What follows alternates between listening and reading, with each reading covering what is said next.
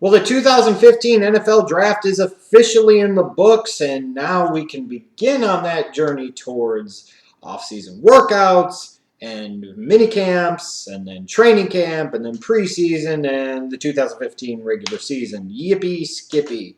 Well, now that the 3 days of draft action have come and gone, it is time to try to piece together who maybe were some of the winners and losers from the draft weekend that was, and that's exactly what I'm setting out to do here with my big draft winners and losers from the 2015 NFL Draft. And I'm going to start off with the winners. The first winner is the running back position, a position that had been devalued so much over the past couple of drafts in particular, with no running backs being taken in round number one for the first time in history in back-to-back years at that. Now, with this year's draft, not only were 2 running backs taken in the first round, but 2 running backs were taken within the first 16 picks, including one of them being taken in the top 10.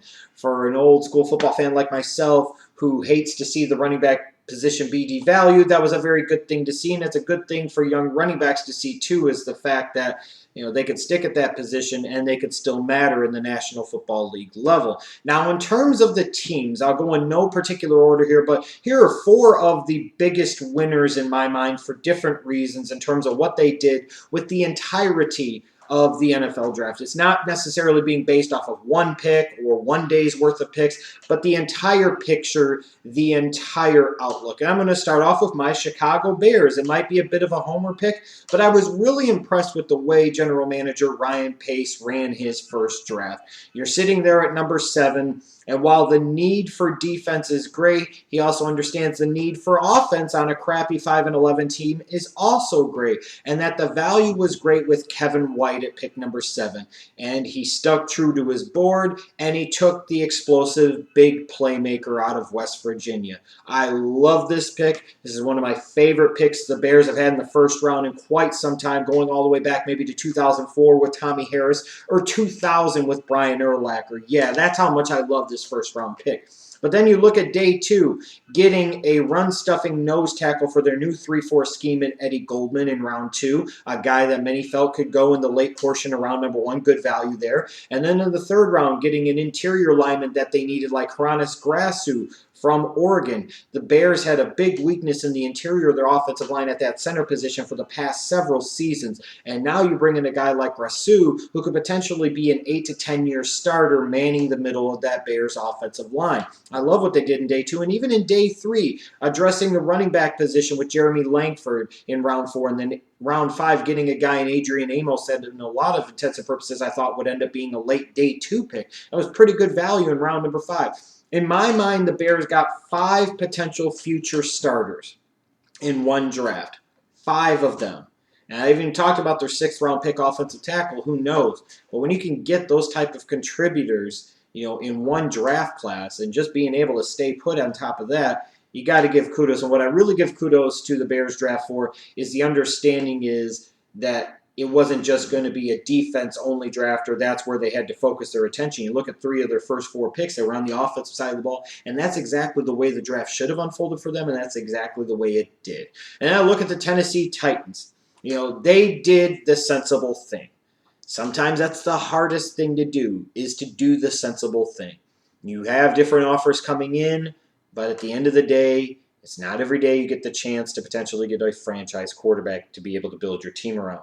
And the Tennessee Titans needed that young franchise quarterback. They needed that identity as an organization. They needed that franchise piece, something that I've talked about they've lacked for several years now.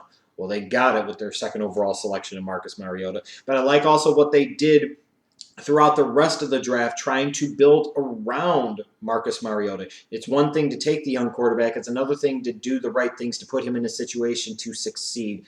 Being able to take Dorial Green-Beckham in the 2nd round, but not only do that, being able to peel back from 33 to number 40 and still get your guy. Now you've got a nice young core of talented skill players on the outside with guys like Dorial Green-Beckham and Justin Hunter and Kendall Wright. That's a nice young receiving trio for a young quarterback like Marcus Mariota to work with. You get a guy like Patasi, the big offensive lineman from Utah, might be your future right tackle. Getting a guy like Galick late in the draft, he could be a future starter at center at some point. A guy that I thought was very undervalued in this draft process. Getting a big physical back like David Cobb, a guy who, again, I think could potentially start for the Titans at some point in time in 2015. And then even looking at round 7, a guy like Trey McBride, who I thought was a third to at worst fourth round pick, they got him round number 7. So it's a really good draft for the Tennessee Titans because they understood what needed to happen. They got the young quarterback, and then primarily they built around him. Now, am I a huge fan of taking a fullback in round number 4? Maybe, maybe not. But it's about an identity, and you could see where they were trying to establish an identity, and they found that identity in Marcus Mariota, and now it's time to build around him and cultivate that identity. So hats off to the Tennessee Titans. They did the right thing, which sometimes is the hardest thing to do of all. I got to say, in the entirety of it, I really love what the Atlanta Falcons did with their draft, especially in the first 5 rounds.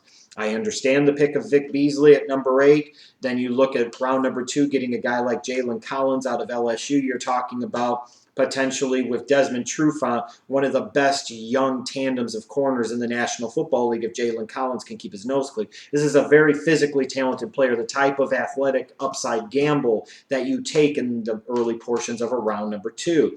You look at a guy like Tevin Coleman. I've been beating down the drum forever that the Falcons needed to get that type of running back. In my opinion, in the 3rd round with Tevin Coleman, they got that type of running back. A guy that reminds me quite a bit of a DeMarco Murray. Maybe he can have a DeMarco Murray type of impact for that Falcons team going forward. I love their 4th round pick of Justin Hardy. No more Harry Douglas. He's gone. Now you bring in a guy like Justin Hardy. Man, he makes so much sense in the slot opposite Julio Jones and Roddy White. This is just a really good football player that I think long-term will far outplay his draft position. And then even in round 5, taking a guy like Grady Jarrett from Clemson, who frankly had no business going in the 5th round. This was a day 2 talent, and the Falcons got him in the middle portion of day number 3. I really like what the Falcons did this year. They just got good players and several contributors, and several immediate contributors at that. I think the biggest winners of all have to be the Jacksonville Jaguars, honestly. I look at their draft. They stayed put. They didn't get cute. They didn't do anything stupid. They didn't go way outside the box where it was going to flop for them. They just made sensible picks in each of their first 6 picks. Dante Fowler gives them that explosive, versatile edge rusher that they've needed for so long. In round 2, they get TJ Yeldon in about the right spot, a guy that's a 3-down back for them. 3rd round, AJ Cann, a guy who could start at guard or maybe even center for them for a long time to come, helping shore up the interior of that line, something that really needed to be addressed based off of what they did last year. You look at a guy like James Sample, the better of the 2 Louisville safeties, in my opinion, a solid round 4 selection. Then look at rounds 5 and 6, Rashad Green and Michael Bennett. You got Rashad Green in the 5th round. Yes, he's coming into a situation where there's a lot of talent at wide receiver, but he's going to find a way, and he's going to contribute. And then you look at the 6th round with Michael Bennett. Others talk about some injury concerns, but more so thought he was undersized and a bit overrated. Okay, this is why just because teams have people that have been in the NFL for years, it doesn't mean they know what the fuck they're doing. There's no way on God's green earth that Michael Bennett should have been a 6th round pick, and the Jacksonville Jaguars capitalize once again, getting a guy that I think fits their scheme really, really well as a three technique, a guy as 1 gap penetrator. Just a really outstanding job for the Jacksonville Jaguars. Now it comes to some of the losers. Obviously, Randy Gregory ended up a loser, even though some people feel he went to a good situation with the Dallas Cowboys. Maybe he did. But this is a guy that a lot of people envisioned as being a top 5, if not top 10 pick at the very worst, heading into the draft process, and he ended up going in the later portions of round number 2. He lost a lot of guaranteed money. And then, of course, Lyle Collins, probably the biggest loser of all. You're talking about a guy that went from being a potential top 20 pick to being undrafted. And what's the future going to hold for him? Not good. Not good at all. But in terms of teams, I look at the Philadelphia Eagles. I'm not sitting here saying that I hate their picks. It's more so the fact that they hurt their draft position over this draft and the next draft in order to trade for a guy like Sam Bradford. And then they ended up not getting Marcus Mariota on top of that. We all know damn good and well that's what the Eagles wanted to do. This is no secret. This is no just media BS. This is what he wanted. And Chip Kelly didn't get it done. And we could talk about getting Nelson Aguilar and Eric Rowe and da-da-da, but at the end of the day, he had one job, one mission, and he didn't get the job done. That was his guy, and he didn't get him. And at the end of the day, if that's your guy, you do whatever it takes to get him. Because if you think you're winning a championship with Sam Bradford, I've got news for you. I mean, that's the big thing for the Eagles. That's why they're losers, because they didn't get the guy that they set out in the process to get, and you know damn good and well they did. I like the pick of Aguilar, even though I don't think he was a top 20 pick in terms of his schematic fit. You know, we've seen some comparisons for Jeremy Maclin. I don't think those are quite appropriate because I don't think he's as fast or explosive as Jeremy Maclin was. I think he's a more polished player than Jeremy Maclin was coming out of Missouri. I do like their second-round pick, Eric Rowe, out of Utah. I thought Jordan Hicks was a nice player, but a reach in round 3. You know, this was not the best draft, in my opinion, for the Eagles. I look at the New Orleans Saints. You know, they basically took Jimmy Graham in a 4th-round pick and turned it into Max Unger and Stephon Anthony. I like Stephon Anthony. I thought he would be the first inside linebacker to be taken in at the tail portion of round number 1, and that's what ended up happening. But you look at the Saints, and you've got Devontae Parker on the board at 13, and you take Andrews Pete. Parker's the better player, in my opinion. You look at 31, they take Stephon Anthony. Maybe you could peel back a couple of picks into round 2 and still be able to get him, save yourself a little money under the cap, accumulate some additional draft pick currency. And when you look at the entirety of this, they take Kikaha in the 2nd round, and he could end up playing above that position. But you're talking about a guy coming off of 2 previously torn ACLs. You know, there were probably some teams didn't even have him on their draft boards at all, period, because of that injury history. And here you are taking him in the middle of round 2, and you're not peeling back. You know, you could talk about the fact that they took the 3rd best quarterback in this draft, Garrett Grayson, in round 3, and that's maybe something to like, but here's a guy that's probably not going to contribute for you for a couple of seasons. You know, it's just, when I look at their draft, I thought they needed, you know, a number 1 type of wide receiver, and they didn't get it. I thought they needed a big-time edge rusher on the outside, and, you know, maybe they got in Kikaha, maybe they didn't. This was a draft that I thought the Saints could have done more and could have done better, and I just really didn't like it. I thought they took players too high. They took players in the wrong spots, in the wrong areas. Just, it could have been better. And now it might end up being wrong. But right now, based off of what I see, I just didn't like the philosophy. I look at the Denver Broncos, and they traded up for Shane Ray. I understand you needed some young edge rushing depth in the 3-4, and the fact is that Ray was a guy you probably didn't originally envision dropping out of the top 20. But they traded up from 28 to 23, and there's a chance that maybe Ray would have been there when you were drafting at 28 anyways.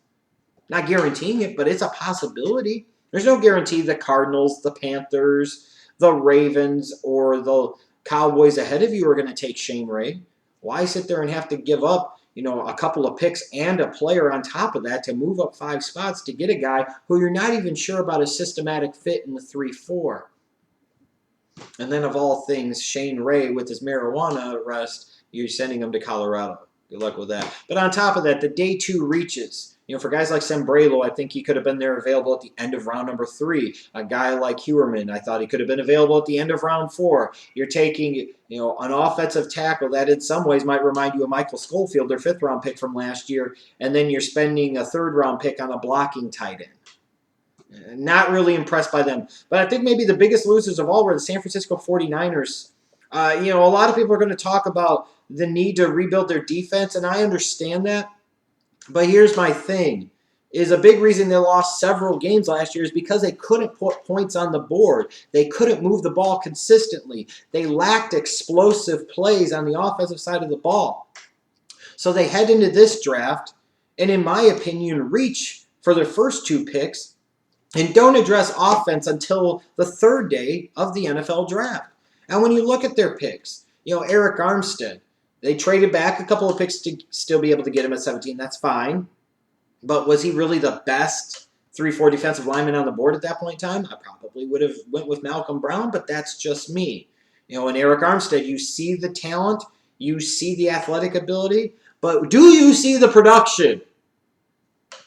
I'm just saying. And then you look in round 2, not only did they take Jaquiski Tart, a guy that I liked, but envisioned going at least another round and a half to 2 rounds later, they traded up to get him.